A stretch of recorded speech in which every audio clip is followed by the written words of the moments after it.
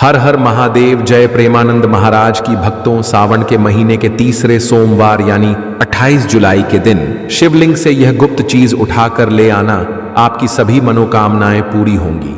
इतना पैसा आएगा कि गिनते गिनते थक जाओगे। भगवान भोलेनाथ जी के आशीर्वाद से अपने जीवन में बहुत उन्नति करोगे। भक्तों, हमारे हिंदू धर्म में सावन के महीने का बहुत अधिक महत्व होता है। सावन का महीना हिंदू पंचांग का 5वां महीना होता है। यह महीना भगवान शिव को समर्पित होता है। इस महीने में शिव भक्त भगवान शिव की विधि विधान से पूजा अर्चना करते हैं और सावन के महीने के सोमवार का महत्व और भी अधिक होता है। इस माह में शिव की पूजा अर्चना करने से सभी मनोकामनाएं पूरी हो जाती हैं। धार्मिक मान्यताओं के अनुसार सावन के महीने में भगवान शिव और माता पार्वती की विधि विधान से पूजा करने भक्त की मनोकामना पूरी होती है।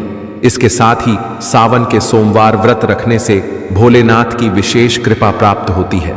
दोस्तों, इस बार 11 जुलाई से सावन की शुरुआत होगी और 9 अगस्त को समाप्त होगा। इस सावन में 4 सोमवारी व्रत होंगे। इस सावन के महीने में किसी भी व्यक्ति ने भगवान भोलेनाथ की थोड़ी सी भी पूजा साधना क्रिया कर ली तो उस व्यक्ति के जीवन की सभी मनोकामनाएं पूर्ण हो जाती हैं। उस व्यक्ति के जीवन के हर कष्ट खत्म हो जाते हैं और उस व्यक्ति के जीवन में धन आना शुरू हो जाता है। भक्तों, वीडियो आगे शुरू करें, लेकिन उससे पहले अगर आप भी चाहते हैं कि लक्ष्मी माता का आशीर्वाद आप पर बना रहे तो इस वीडियो को एक लाइक करें और आपके अपने चैनल स्पिरिचुअल शास्त्र ज्ञान को सब्सक्राइब कर लें और कमेंट बॉक्स में जय भोलेनाथ जरूर लिखें। दोस्तों, आज की इस वीडियो में हम आपको बताएंगे कि सावन के दिनों में आपको भगवान भोलेनाथ के मंदिर जाकर के क्या क्या भगवान भोलेनाथ को अर्पित करना और वहां से वापस क्या लेकर के आना है, ताकि आपके घर की गरीबी, दरिद्रता, परेशानी, कष्ट, दिक्कतें हमेशा के लिए खत्म हो जाए। दूसरी तरफ आपके घर पर सुख, समृद्धि, यश, वैभव, ऐश्वर्य की आपको प्राप्ति हो। ध्यान रखिएगा दोस्तों, सावन का माह का इंतजार हर व्यक्ति इसीलिए करता है ताकि उसको भगवान भोलेनाथ का आशीर्वाद मिल सके। कहा गया है कि देवों के देव भगवान भोलेनाथ अगर किसी भी व्यक्ति को आशीर्वाद दे दे तो उस व्यक्ति का साक्षात काल भी आकर कुछ नहीं बिगाड़ पाता है। इसीलिए आज की इस वीडियो में हम आपको बताएंगे कि कैसे आप सावन के दिन, जो बहुत ही पावन दिन है, इस दिन भगवान भोलेनाथ को प्रसन्न कर सकते हैं। कैसे आपको भगवान भोलेनाथ का आशीर्वाद प्राप्त हो सकता है और कैसे सावन के दिनों में शिवलिंग की आपको पूजा करनी है, वह भी खास उपाय करते हुए। कैसे आपको शिवलिंग पर क्या क्या चढ़ाना है और क्या क्या वहां से लेकर अपने घर पर वापस लेकर आना है, ताकि आपके घर पर अन्न और धन का भंडार कभी भी कम ना हो। देखिए दोस्तों, आपके जीवन में कितनी ही बड़ी परेशानी हो, कितनी ही बड़ी दिक्कत क्यों ना हो, मान लीजिए आपके जीवन में धन की समस्या है, मान लीजिए आप नौकरी की प्राप्ति के लिए बहुत ही ज्यादा परेशान हो चुके हैं, आपके शत्रुओं ने आपको घेर लिया है, संतान की प्राप्ति आपको हो नहीं पा रही है, तो एक बात का ध्यान रखिएगा दोस्तों, सावन का पावन दिन एक ऐसे दिन होते हैं जिस दिन कोई भी व्यक्ति अगर थोड़े से उपाय कर लेता है, भगवान भोलेनाथ की साक्षात पूजा कर लेता है, तो उस व्यक्ति की कितनी ही बड़ी मनोकामना हो, कितनी ही बड़ा कष्ट हो, वह खत्म हो जाता है और उसकी मनोकामना पूर्ण हो जाती है। दोस्तों, मान लीजिए आपके ऊपर कोई दोष लगा हुआ है, जैसे वास्तु दोष, शनि दोष, प्राकृतिक दोष या कोई भी दोष लगा हुआ है, तो आपको सावन सोमवार के दिन थोड़ी सी पूजा करनी है और आपका दोष खत्म हो जाएगा। आपके जीवन से सभी परेशानियां चली जाएंगी और आपके जीवन में जो धन आना बंद हो गया था, उसका आगमन वापस शुरू हो जाएगा।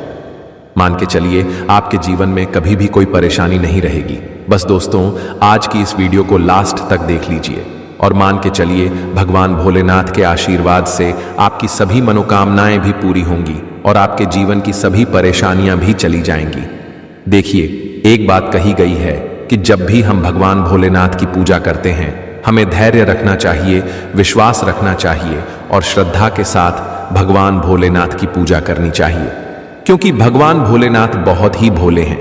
वह किसी भी व्यक्ति की थोड़ी सी ही पूजा से, साधना से तुरंत ही प्रसन्न हो जाते हैं। इसीलिए दोस्तों, सावन सोमवार के दिन कुछ ऐसी चीजें हैं जो आपको अवश्य पता होनी चाहिए, क्योंकि सावन सोमवार के दिन अगर आप भगवान भोलेनाथ के सामने पूजा करने जा रहे हैं तो मान के चलिए दोस्तों, आपने अगर कोई गलती कर दी तो भगवान भोलेनाथ आपसे क्रोधित हो जाएंगे।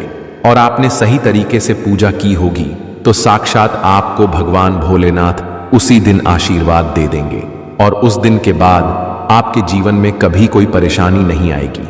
आपको हमें एक एक चीज बताने जा रहे हैं, इसीलिए इस वीडियो को लास्ट तक देखिएगा।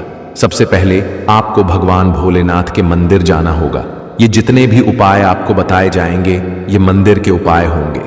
देखिए, होता क्या है कि कई लोग हमसे पूछते हैं कि गुरुजी हमारे घर पर शिवलिंग है, क्या हम घर पर पूजा नहीं कर सकते हैं? तो इसका उत्तर है नहीं दोस्तों, आपको मंदिर जाना पड़ेगा, क्योंकि मंदिर का जो शिवलिंग होता है और जो घर का शिवलिंग होता है इसमें बहुत ज्यादा फर्क होता है। जो मंदिर का शिवलिंग होता है दोस्तों, इसकी जो एनर्जी होती है वह आपके घर के शिवलिंग से करोड़ों गुना ज्यादा होती है। इसमें ऐसी सकारात्मक ऊर्जा होती है जिसके सामने अगर आप थोड़ी सी पूजा करते हैं तो तुरंत ही उसका फल आपको मिलता है और आपके जीवन की हर परेशानी चली जाती है। तो आपको जितने भी आज उपाय बताए जा रहे हैं आपके जीवन की परेशानी को खत्म करने के लिए, आपकी मनोकामना पूर्ति के लिए, उस उपाय के लिए तो आपको मंदिर जाना पड़ेगा। और सावन सोमवार का पर्व पड़ रहा है, वह आज दिन सोमवार को पड़ रहा है। तो यह दिन ऐसा है, इस दिन अगर आप मंदिर जाकर के भगवान भोलेनाथ की पूजा आराधना कर रहे हैं तो मान के चलिए दोस्तों, आपके जीवन में कभी कष्ट आ ही नहीं सकता। पूरे साल आपके घर पर अन्न धन का भंडार बना रहेगा। तो आपको क्या क्या ले जाना है वह कहीं पर लिख लीजिए, क्योंकि दोस्तों अगर आपने एक भी गलती कर दी तो आपकी पूजा संपन्न मानी नहीं जाएगी। दोस्तों, सबसे पहली चीज जो भगवान भोलेनाथ के लिए आपको जल ले जाना है। सावन सोमवार के दिन कई लोग हमसे यह कहते हैं कि गुरुजी जल जो है वह तो शिवालय में भी मिल जाता है, शिव मंदिर में मिल जाता है। तो नहीं दोस्तों, वहां का जल आप तभी चढ़ाइए यह जब कोई दिक्कत हो, वरना घर से ही जल ले जाना चाहिए। आखिर घर से जल क्यों ले जाया जाता है, इसकी भी बात सुन लीजिए।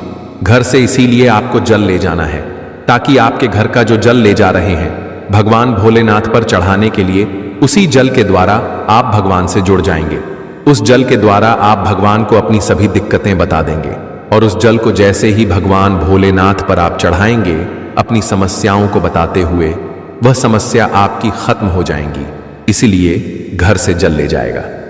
आप सबसे जरूरी चीज जो जल ले जा रहे हैं उसमें 2-4 बूंद गंगा जल जरूर डाल दीजिएगा, क्योंकि गंगा जल डाले बिना आपकी पूजा संपन्न नहीं मानी जाएगी। महाशिवरात्रि के दिन तो आपको जल ले जाना है, उसमें गंगा जल डाल करके दूसरा आपको 3 पत्ते वाला बेलपत्र ले जाना है। दोस्तों, बेलपत्र बहुत ही शुभ होता है। आपने अगर मान लीजिए एक तरफ 1000 कन्याओं को खाना खिलाया है, दूसरी तरफ भगवान भोलेनाथ को बेलपत्र चढ़ाया है, तो यह दोनों बराबर माने जाते हैं, इसलिए बेलपत्र जरूर ले जाएगा। तीसरा, आपको सफेद पुष्प ले जाना है।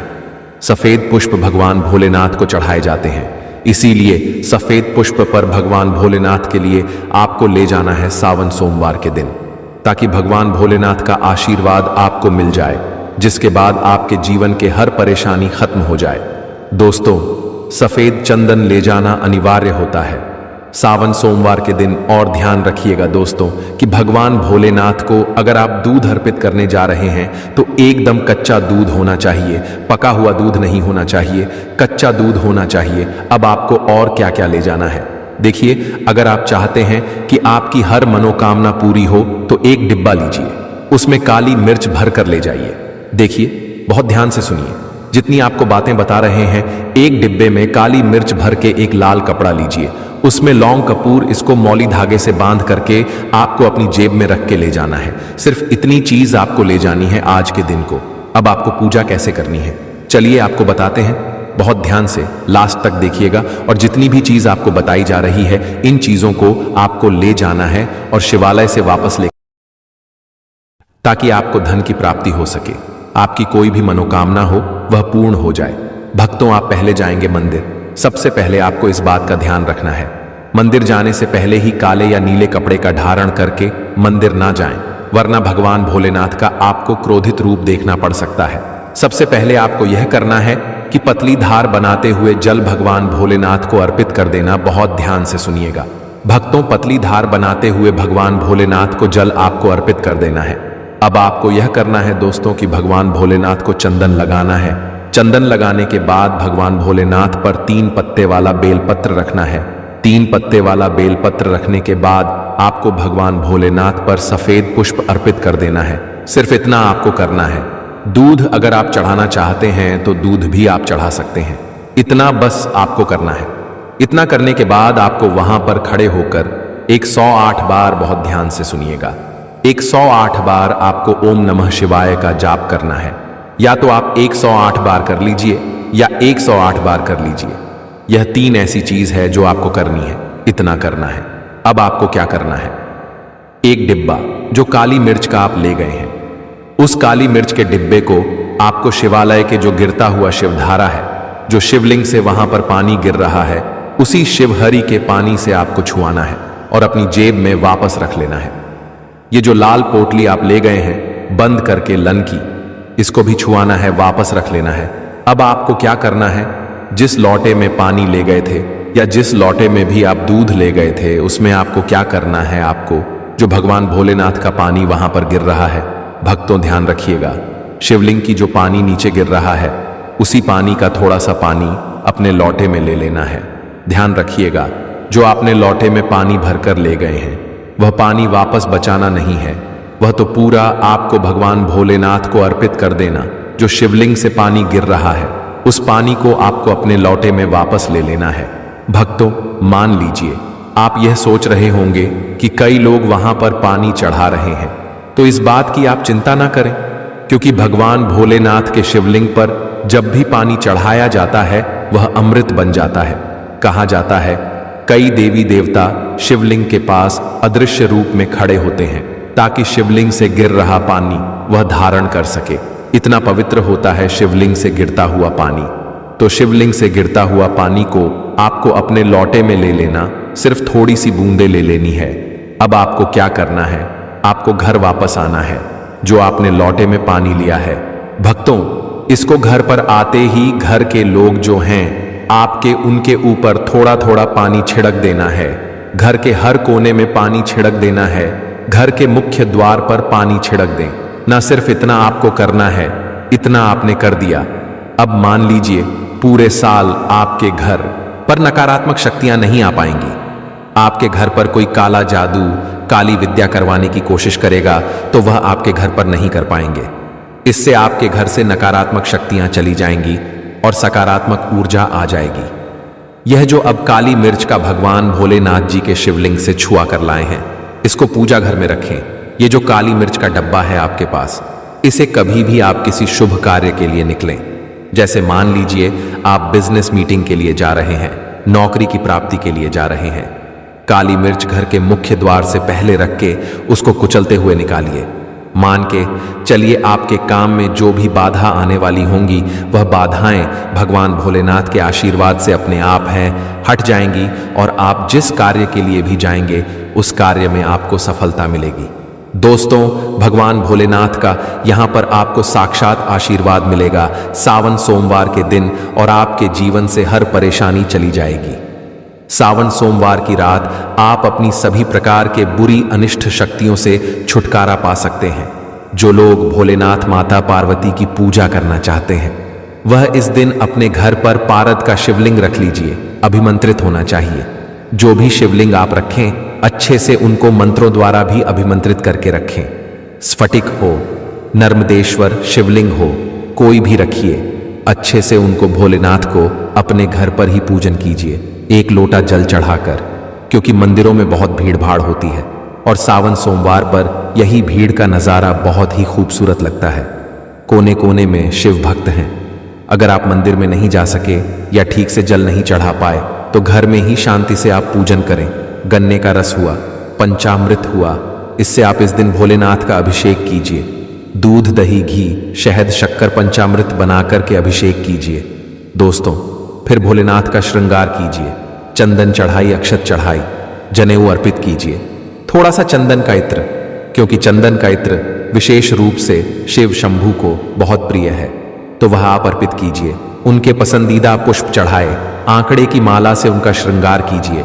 दोस्तों, कनेर के सफेद पुष्प चढ़ाए, कमल हुए, गुलाब हुए, बेल हुए, यह फूल उनको बहुत प्रिय है, यह अर्पित करें। और 5 बेलपत्र अवश्य चढ़ाएं। आप इस दिन चाहे तो या जो आपके पास बेलपत्र है उसी पर आप श्री श्री लिख के या ओम नमः शिवाय या राम राम लिख के अर्पित कीजिए। जो चिकना भाग होता है उस पर लिखिए और यह सीधा शिवलिंग पर अर्पित हो। इस प्रकार से आपको बेलपत्र चढ़ाने चाहिए। दोस्तों, आप विशेषकर इस बात का ध्यान रखें कि कटे फटे बेलपत्र ना हो। जो व्यक्ति अधूरी चीज भगवान को अर्पित करता है तो उसे भी कटे फटे पत्तों की तरह ही कटा फटा फल ही प्राप्त होता है। इसीलिए कभी भी अपूर्ण सामग्री अर्पित ना करें। दोस्तों, कहते हैं कि जब भोलेनाथ ने गले में विष धारण किया था तो आदि शक्ति मां के कहने पर देवताओं ने भगवान शिव के सिर पर भांग, धतूरा, बेलपत्र आदि रखा और निरंतर जल अभिषेक